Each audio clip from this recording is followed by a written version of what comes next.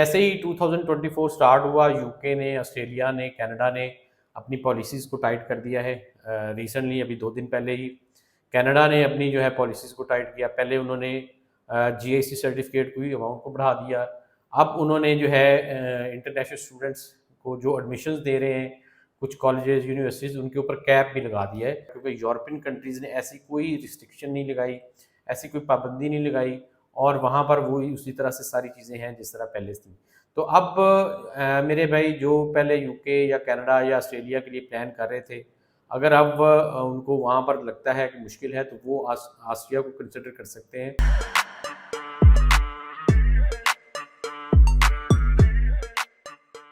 अस्सलाम वालेकुम दोस्तों, मैं हूं तनवीर अब्बास और आप देख रहे हैं मेरा यूट्यूब चैनल WSL कंसल्टेंट। हमारा जो आज का टॉपिक है वो है वाई स्टडी इन ऑस्ट्रिया इन 2024। इसके फ़ायदे क्या हैं, इसके नुकसान क्या हैं, क्या आपको ऐसी चीज़ें हैं जो कि ऑस्ट्रिया में जब आप अप्लाई करते हैं तो उसके अंदर वो उसके थोड़े से नेगेटिव पॉइंट्स कंसिडर किए जाते हैं। वैसे तो ऐसा कोई नेगेटिव पॉइंट नहीं है, लेकिन कुछ लोगों के लिए वो चीज़ें नेगेटिव हो जाती हैं। और ऐसे कौन से पॉजिटिव पॉइंट्स हैं जो कि आपको ऑस्ट्रिया में मिलते हैं, किसी और जगह पे नहीं है। आज की इस वीडियो में सारे हम वो पॉइंट्स को डिस्कस करेंगे। वीडियो आप आखिर तक देखिएगा ताकि कोई भी आपका इम्पोर्टेंट पॉइंट मिस ना हो जाए, स्किप ना हो जाए। दोस्तों, जैसा कि आप जानते हैं कि जैसे ही 2024 स्टार्ट हुआ, यूके ने, ऑस्ट्रेलिया ने, कनाडा ने अपनी पॉलिसीज़ को टाइट कर दिया है। रिसेंटली अभी 2 दिन पहले ही कनाडा ने अपनी जो है पॉलिसीज़ को टाइट किया। पहले उन्होंने जीआईसी सर्टिफिकेट की अमाउंट को बढ़ा दिया।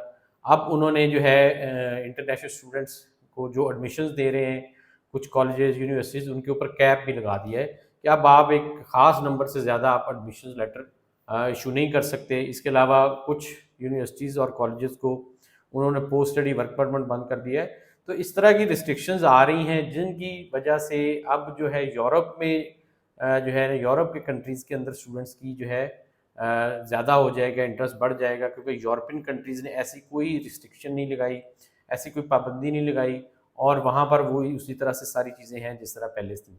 तो अब मेरे भाई जो पहले यूके या कनाडा या ऑस्ट्रेलिया के लिए प्लान कर रहे थे, अगर अब उनको वहाँ पर लगता है कि मुश्किल है, तो वो ऑस्ट्रिया को कंसिडर कर सकते हैं, वो इटली को कंसिडर कर सकते हैं। तो आज मैं इस वीडियो में जो है ऑस्ट्रिया के बारे में बताऊँगा कि ऑस्ट्रिया में क्या-क्या बेनिफिट्स आपको मिल सकते हैं, और ऐसे क्या पॉइंट्स हैं जो कि आपको थोड़े से वरीड होंगे कि जी ये चीज़ें भी इसके अंदर है। तो लेकिन वो ऐसे पॉइंट्स नहीं है कि जो आपको बहुत ज़्यादा परेशानी के बायस बनते हैं। आप उनको सुनेंगे, आपको आइडिया हो जाएगा वो क्या पॉइंट्स हैं। अब आते हैं हम टॉपिक की तरफ। सबसे पहले बात करते हैं कि वो कौन-सी जो है पॉइंट्स हैं जो कि आपको वहाँ पर बेनिफिट्स हैं। सबसे पहले ये है कि आपको ईज़ी शेंजन स्टेट जो है वो है, ऑस्ट्रिया जो है वो आपकी शेंजन स्टेट है। अगर आपको ऑस्ट्रिया का वीज़ा मिलता है तो आप बाकी जो शेंजन कंट्रीज़ हैं 27 कंट्रीज़, उनके अंदर आ जा सकते हैं, उनके अंदर रह सकते हैं, अपने क्रेडिट आवर्स उन यूनिवर्सिटीज़ में ट्रांसफ़र भी कर सकते हैं, वहाँ पर पढ़ सकते हैं, जॉब भी कर सकते हैं। तो इसलिए आपको ये सबसे बड़ा बेनिफिट ये है कि ये शेंजन स्टेट है और बाकी सारी शेंजन स्टेट में आप जो है मूव कर सकते हैं। दूसरा जो इसका बड़ा बेनिफिट है वो है कि very low tuition fees, almost free है। तकरीबन 727 यूरो फीस है, जो कि बहुत थोड़ी है। इसको अगर पाकिस्तानी रुपीज़ में कैलकुलेट करें तो मैंने जो कैलकुलेशन की थी इसकी कैलकुलेशन की थी, तकरीबन 2,03,000 रुपया बनता है जो कि आपने पे करना होता है। तो ये ऑलमोस्ट ना होने के बराबर फ़ीस है। पाकिस्तान की भी यूनिवर्सिटीज़ इससे महंगी हैं जो कि इससे ज़्यादा फ़ीस चार्ज करती हैं। तो 2 लाख रुपया आपने फ़ीस पे करनी है, ये बिल्कुल जो है ना होने के बराबर है। इसके साथ-साथ बहुत सारे स्कॉलरशिप्स वहाँ पर मिलते हैं। DA की स्कॉलरशिप है, यूनिवर्सिटीज़ के स्कॉलरशिप है, उसके अलावा ऑर्गेनाइजेशन स्कॉलरशिप होते हैं, नीड बेस्ड स्कॉलरशिप होते हैं। OEAD के नाम से एक स्कॉलरशिप है, इदारा है, वहाँ पर आपको स्कॉलरशिप मिल जाते हैं। तो अगर आपको वो पार्शियल या फुली फंडेड स्कॉलरशिप मिल जाता है तो उससे आपकी जो एजुकेशन है वो ऑलमोस्ट फ्री हो जाती है। आपकी या तो वो ट्यूशन फीस कवर कर देगा जो भी आप पे कर रहे हैं, या फिर आपकी लिविंग कॉस्ट उसमें कवर हो जाती है। तो इस तरह से आपका ये बेनिफिट आपको मिलता है कि आपको वहाँ पर बहुत थोड़ी सी ट्यूशन फीस है, अगर आपको उसके साथ स्कॉलरशिप मिल जाए तो ये बिल्कुल ही फ्री हो जाता है। तो इस तरह करके आपकी एजुकेशन ऑलमोस्ट वहाँ पर फ्री होती है। तीसरा जो है बेनिफिट है वो है एक्सेप्टेंस लेटर जो है आपका वैलिड 2 साल के लिए वैलिड होता है। अगर आपको किसी भी यूनिवर्सिटी से एक्सेप्टेंस लेटर मिलता है तो आप 2 साल के लिए वैलिड वो एक्सेप्टेंस लेटर होता है। आप 2 साल के अंदर अंदर प्रोसीजर कंप्लीट करके उस यूनिवर्सिटी में जाकर अपनी एजुकेशन स्टार्ट कर सकते हैं। तो अगर 2 साल में भी आप कंप्लीट नहीं करते तो देन आपको दोबारा से एक्सेप्टेंस मिल जाता है, तो नेक्स्ट 2 ईयर के लिए वो भी वैलिड होता है। तो इस तरह करके ये बहुत बड़ा टाइम होता है 2 साल के लिए। आमतौर पे जो यूनिवर्सिटीज़ हैं वो 1 सेमेस्टर या 2 सेमेस्टर के लिए वैलिड करती हैं, लेकिन ये आपको 2 ईयर्स के लिए वैलिड आपको वहाँ से एक्सेप्टेंस लेटर मिलता है। तो ये एक बहुत बड़ा बेनिफिट है जो कि आपको ऑस्ट्रिया में मिलता है। नेक्स्ट जो आपका बेनिफिट वहाँ पर है, पार्ट टाइम वर्क अवेलेबल है।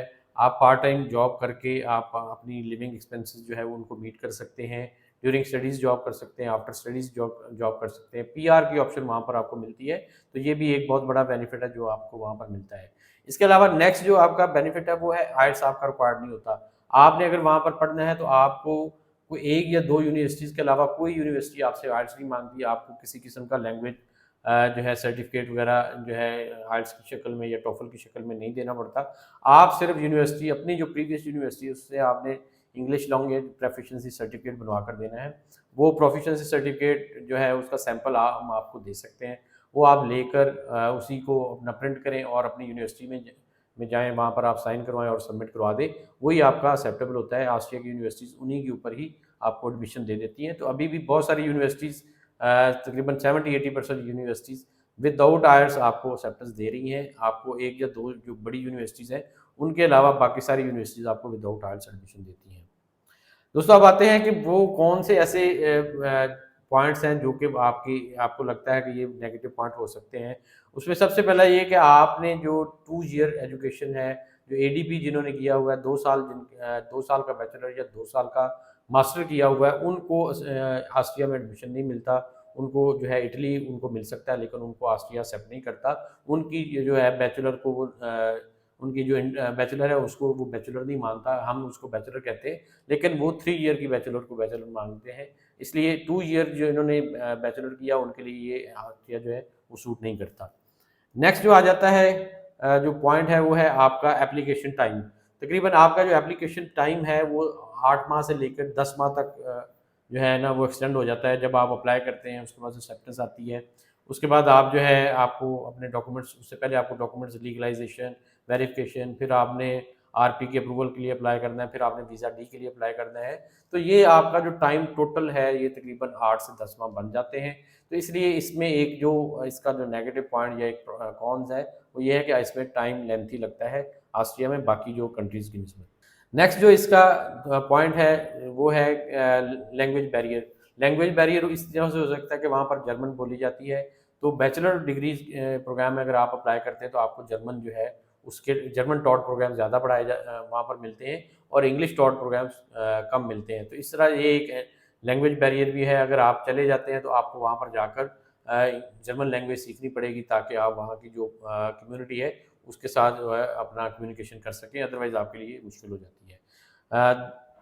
चौथा और नेक्स्ट जो आपका जो है हेड पॉइंट ये है कि वहाँ पर मौसम जो है वो पहाड़ी इलाका है मोस्टली, तो इसलिए वहाँ पर मौसम जो ठंडा होता है इसलिए इसके जो है ना आपको उसके लिए एडजस्ट करने में आपको ज़रा टाइम लगता है। तो ये वो पॉइंट्स थे, कॉन्स थे जो कि आपको वहाँ पर फेस करने पड़ते हैं। अगर एडिशनल मैं प्लस पॉइंट्स की बात करूँ तो आपकी लो लिविंग कॉस्ट है, वहाँ पर आपको बहुत थोड़ी लिविंग कॉस्ट के साथ एडजस्ट हो सकते हैं। आपको थोड़ी सी अर्निंग के साथ, या पाकिस्तान से भी अगर आप इंडिया से पैसे मंगवाते हैं तो आपको इतने ज़्यादा नहीं मंगवाने पड़ेंगे कि आपको जो है आपके लिए मुश्किल हो जाएगा। अदरवाइज़ आप वहाँ पर जॉब करके भी अर्निंग कर सकते हैं। बहुत अच्छी क्वालिटी ऑफ लाइफ है। आप जो है वहाँ पर अच्छी क्वालिटी लाइफ गुजारते हैं, और इसके बाद ये भी होता है कि आप वहाँ पर जॉब करके और आफ्टर स्टडीज़ वहाँ पर सेटलमेंट भी आपकी हो जाती है। तो ये आपको एडिशनल बेनिफिट्स हैं जो कि आपको ऑस्ट्रिया में मिलते हैं। तो दोस्तों अगर आपने यूके, यूएसए या कनाडा की न्यू पॉलिसीज़ की वजह से अब आप परेशान हैं कि आपको कहाँ पे अप्लाई करने हैं, तो यूरोप के अंदर आप इटली को कंसिडर कर सकते हैं, ऑस्ट्रिया को कंसिडर कर सकते हैं, जहाँ पर आपको आइल्स भी नहीं चाहिए, जहाँ पर आपको बहुत ज़्यादा हैवी फीसिस भी नहीं है। इसके साथ-साथ आप आपको स्कॉलरशिप भी जो है वो भी मिल सकता है। तो इसलिए अगर आप ये सोचें कि मैं अब कहीं पे भी नहीं जा सकता, तो ये नहीं है। अभी भी बहुत सारे ऑप्शन हैं जो कि जिनके अंदर आप अप्लाई कर सकते हैं। मज़ीद अगर आप इनके बारे में इंफॉर्मेशन लेना चाहते हैं तो आप हमारे दिए हुए नंबर पर रब्ता करके अपने डॉक्यूमेंट सेंड करें, असेसमेंट करवाएँ और उसके बाद आप अपना डिसीजन कर सकते हैं।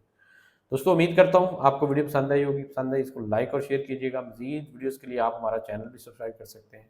इसके साथ ही इजाज़त चाहता हूँ। अल्लाह हाफ़िज़।